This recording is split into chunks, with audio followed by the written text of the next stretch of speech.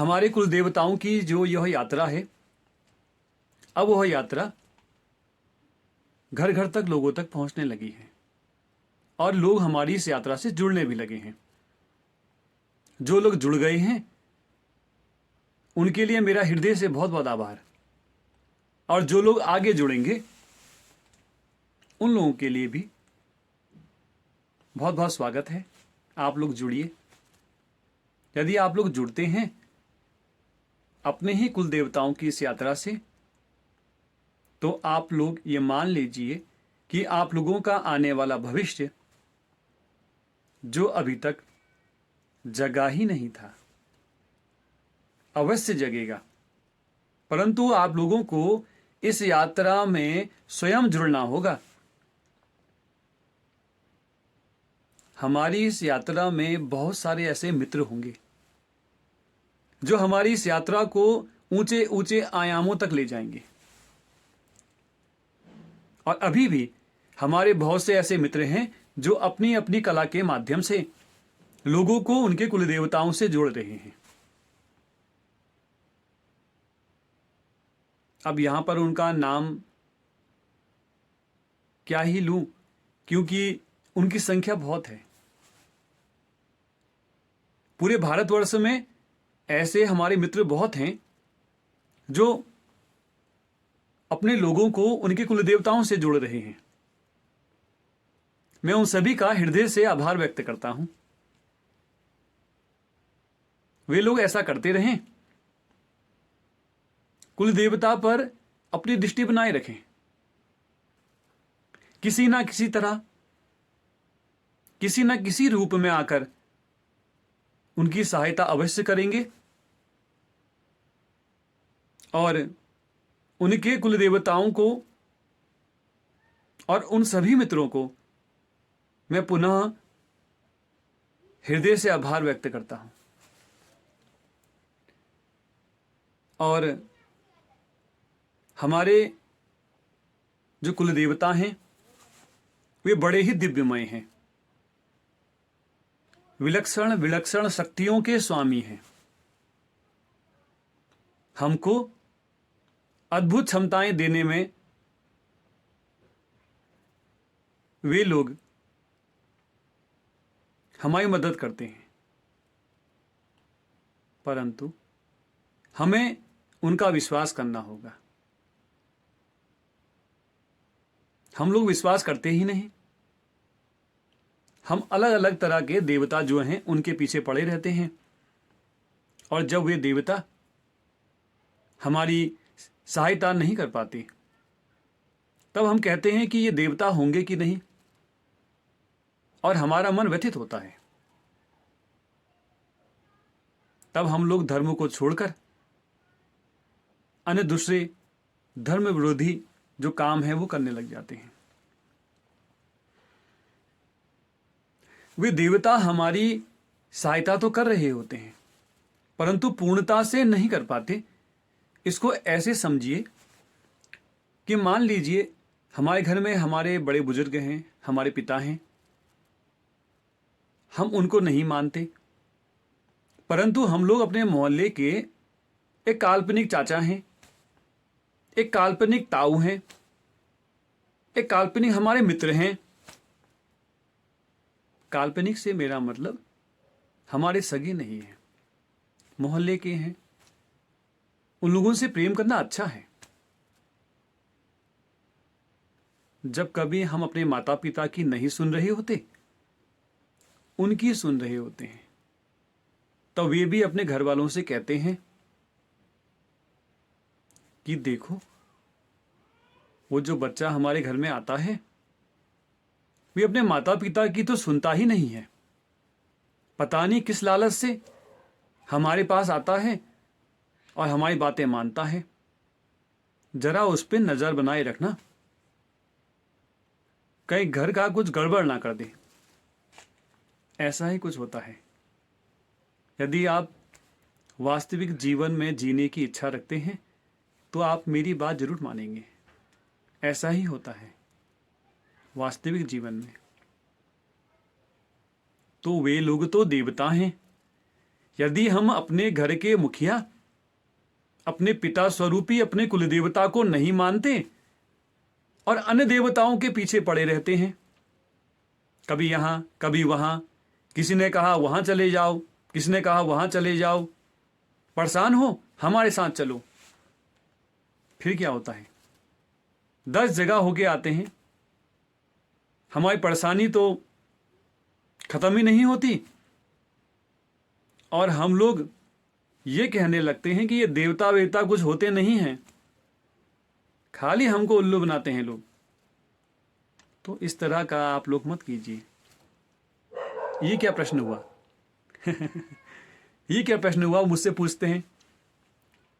तब मैं उनसे कहता हूं कि क्या आपको नहीं पता आपके कुल देवता कौन है? तो वो थोड़ा सा उनको अटपटा लगता है। वे लोग कहते हैं यार ये कुल देवता कौन है? तो मन बड़ा व्यथित हो जाता है।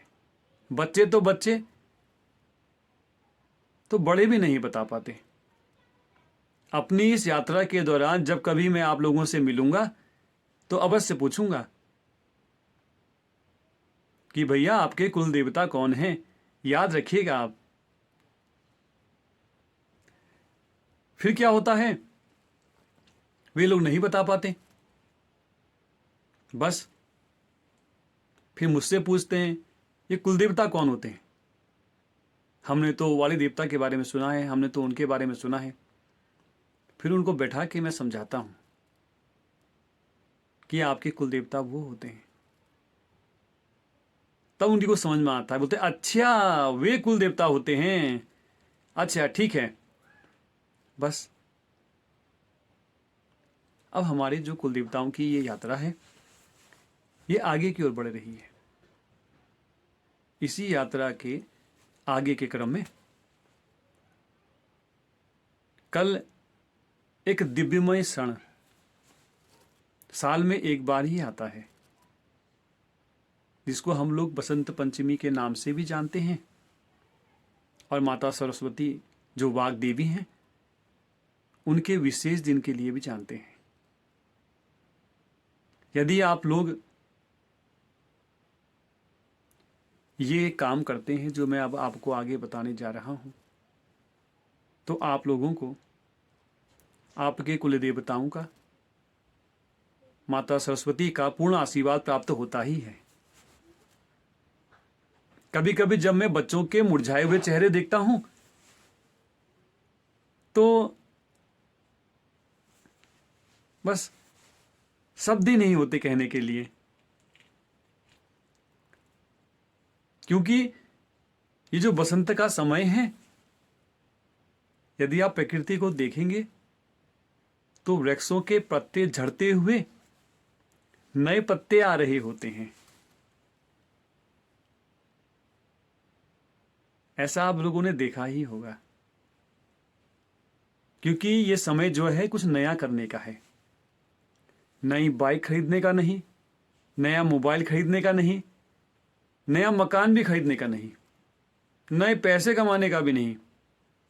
ये समय है अपने जीवन स्तर को, अपनी आत्मा को सामान्य से हटके कुछ ऊंचे स्तर तक ले जाने का, जीवन में कुछ क्षमता लाने का, ताकि हमारा आने वाला भविष्य एक क्षमतावान बने, एक प्रभावी बने और एक आनंदमय बने। हम भी आनंद प्राप्त करें और जिन लोगों से हम मिलें उनको और आनंद प्राप्त हो, परंतु स्वयं से करके। मैं हमेशा लोगों से ये कहता हूं, जब कभी मिलता हूं, जब लोग मुझे अपनी परेशानियां बताते हैं तो मैं उनसे कहता हूं कि अभी तक आपने अपनी सारी परेशानियां दूसरों के सुने अनुसार की होंगी, करी होंगी। एक बार पूर्ण विश्वास के साथ स्वयं से करके देखिए, आप लोगों की वो परेशानी जड़ से खत्म हो जाएगी।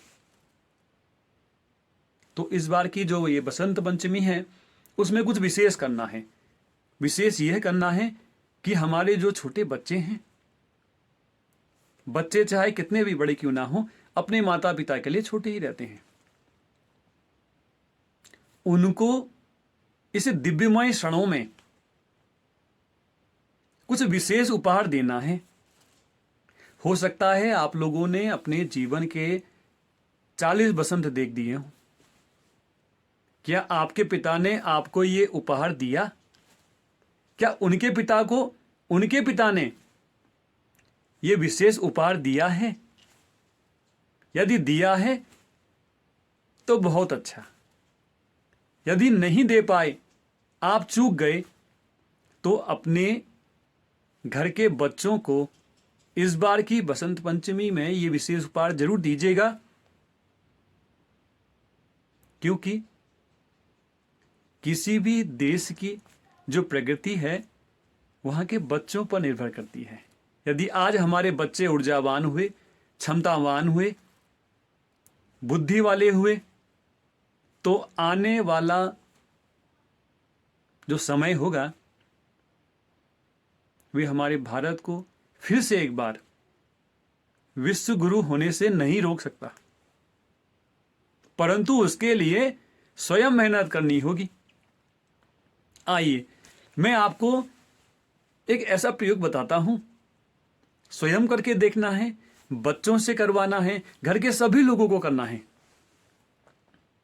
यदि आप लोग उसको करते हैं तो 100% आप ये मान लीजिए कि आपके घर में जो कोई भी हो इस प्रयोग को कल को करता है तो वह अपने आप को उसी दिन से ऊर्जावान महसूस करेगा।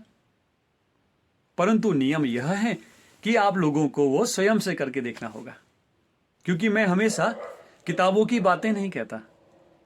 मैं इस बात पे विश्वास रखता हूं कि स्वयं करके देखिए। हो सकता है मैं झूठ कह रहा हूं, हो सकता है जिसने आपसे कहा वो असत्य कहा होगा, परंतु यदि आप स्वयं करते हैं, खुद के अनुभव में जोड़ते हैं, तो आप दूसरों से भी कहेंगे कि भैया आप भी करिए।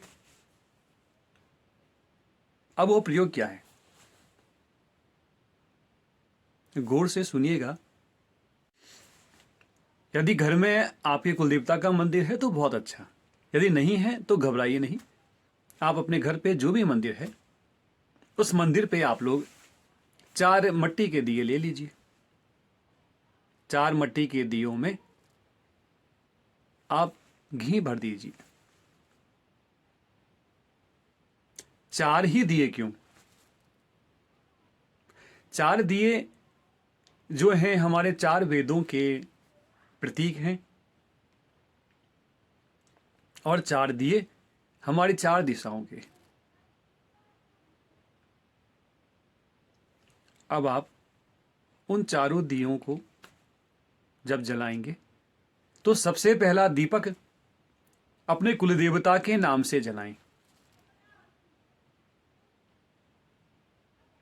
ऐसा इसलिए क्योंकि वे आपके मुखिया हैं, वे आपके मुख्य देवता हैं, इसलिए पहला दीपक उनके ही नाम से आप जलाएं। और उसमें कुलदेवता से कहें कि हे कुलदेवता, मेरे धर्म के मार्ग में आप सदैव मेरी सहायता करें। जब वह दीपक जल जाए फिर दूसरा दीपक जलाएं। दूसरा दीपक अर्थ का कि हे कुलदेवता, जब भी मैं कोई अर्थ से संबंधित काम करूं तब आप मेरी सहायता करें। ऐसा करके दूसरा दीपक जला दीजिए। फिर तीसरा दीपक जलाइए। तीसरा दीपक काम का, काम यानी कि आपकी इच्छाएं। हे कुल देवता, जब मेरी कोई इच्छा हो तो उसमें आप मेरी सहायता करें, उसको पूर्ण करने में मेरी मदद करें। ऐसा कह के भी तीसरा दीपक कुल देवता के नाम से जला दीजिए। अब चौथा दीपक हमारे मोक्ष का, वह चौथा दीपक कुल देवता को नमन करके आप जला दीजिए। ये चारों दीपक आप जला लीजिए। धर्म, अर्थ, काम, मोक्ष, ये चारों दीपक इन चारों के ही प्रतीक हैं। जब ऐसा कर लें फिर आप एक दीपक जो घी का ही होगा उसको माता सरस्वती के नाम से और जितने भी हमारे देवी देवता हैं सबके नाम से उस दीपक में प्रतिष्ठा कर दीजिए। सर्वेभ्यो देवेभ्यो नमः ऐसा कहकर उस 5वें दीपक को आप प्रज्वलित कर दीजिए। माता वाग्वादिनी जो हैं, माता सरस्वती, उनसे मनी मन निवेदन कीजिए कि माँ मैं जो आगे काम करने जा रहा हूँ, अपने पुत्र को अपने कुल देवताओं से जोड़ने जा रहा हूँ, उसमें आप मुझे आशीर्वाद दीजिए। ऐसा कहकर अपने बालक को आसन पे बैठाइए। अब अपने बालक के दाहिने कान में, तो उस कान पे 3 बार अपने बच्चे के कान में, चाहे लड़का हो चाहे लड़की, सभी के, एक ही लड़का नहीं, जितने भी आपके बच्चे हैं, बारी बारी सबके साथ यही प्रक्रिया करनी है। बच्चे के दाहिने कान में 3 बार अपने कुल देवताओं का नाम पुकारना है और इस विश्वास के साथ, ये विश्वास बड़ी ही दिव्य चीज है। यदि आप पूर्ण विश्वास के साथ मन में ये भावना करते हुए कि हे मेरे कुल देवता, जिस तरह से मेरे पिता ने आपको मेरे हृदय में आसन दिलवाया था, वैसे ही एक आसन मैं आपके स्मरण के साथ आपने जो बच्चे हैं उनके हृदय में आपको स्थापित कर रहा हूं। वह भावना अपने बालक के कान के माध्यम से उसके हृदय तक पहुंचे, ऐसी भावना करनी है और वहां अपने कुल देवता का आसन लगाना है। ऐसा कीजिए। फिर जब बच्चा आपका 3 बार वह बोले, फिर उस बच्चे से अपने कुल देवता का नाम फिर से 3 बार आप सुनिए। आप देखिए कि जिस समय आपका बालक वह 3 बार कुल देवता का नाम स्मरण कर रहा होगा, वह पल बड़ा ही दिव्यमय होगा। हो सकता है आपकी आंख में आंसू आ जाएं, आपके शरीर में झंझनाहट होने लगे, क्योंकि वह दिव्यमय क्षण है। आज आपने अपने बच्चों को वह दिव्य चीज दे दी जिसके वाहक अभी तक आप थे। आज से वह धरा, वह संपत्ति, वह पुरखों का सम्मान आपने अपने बच्चों को ट्रांसफर कर दिया। आप और भी दिन दे सकते थे। मैं हृदय से उन ऋषियों को आभार व्यक्त करता हूं जो कहीं ना कहीं प्रत्यक्ष अप्रत्यक्ष रूप से हमेशा हमारे साथ हैं, जिनके द्वारा बनाई गई ये दिव्य जो हमारी प्रथाएं हैं, पद्धतियां हैं, उनके ही सब आशीर्वाद का फल है कि आज हम अपने कुल देवताओं को जानते हैं और उनके द्वारा बनाई गई इन पद्धतियों से अपने कुल देवता का जो नाम है वह अपने बच्चों को ट्रांसफर कर रहे हैं। आप करके देख लीजिए। कल तक आपके बच्चे का चेहरा जो मुरझाया हुआ रहता था, आप हमेशा उसको डांटते थे, तेरी बुद्धि सही नहीं चलती, तू ध्यान नहीं लगाता पढ़ाई में। जिस समय आपने यह बीज अपने बालक के अंदर, अपनी बालिका के अंदर रोपण कर दिया, वह क्षण दिव्यमय हो गया। बसंत के कुछ नया करने के, कुछ परिवर्तन के इन क्षणों में आपने कुछ ऐसा कर दिया जो आपको ही नहीं, आपके बच्चों के आने वाले भविष्य को भी बदल सकता है। उसके बाद आप अपने बच्चों से कुछ मीठा खाने को दे दीजिए, कुछ भी घर में बनाइए। याद रखें, पहले वो मीठा अपने कुल देवता के नाम से रखें और उसके बाद अपने बच्चों को वितरित कर दीजिए। और माता पिता के पैर, घर के जो भी बड़े बुजुर्ग हैं सबके पैरों को छुआइए और हृदय से आशीर्वाद दीजिए कि जब भी मेरा बालक अपने कुल देवताओं का नाम ले तो हे मेरे कुल देवता, इस पे अपना आशीर्वाद बनाए रखिएगा। ऐसा करके देखिए। अपने कुल देवताओं का कुल पद्धति से पूजन जब भी करें, अपने बच्चों को वहां अवश्य ले जाएं, पूर्ण विश्वास के साथ। क्योंकि जो वृक्ष आप आज लगा रहे हैं उसमें कल को फल उगेंगे, तब आप ही उन फलों को चखोगे। ऐसा मान लीजिए, करके देखिएगा, बहुत आनंद आएगा। और यह जो प्रोसेस है, यह जो पद्धति है कुल देवताओं की, दूसरों को अवश्य बताइएगा।